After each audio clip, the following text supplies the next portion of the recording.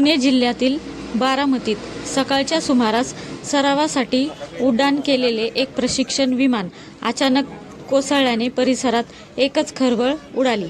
मात्र तांत्रिक बिघाड झाल्याने विमान नियंत्रणाबाहेर जाऊन जमिनीवर कोसळल्याची माहिती समोर आली आहे. या घटनेत परिसरातील नागरिक मोठ्या संख्येने घटनास्थळी जमा झाले.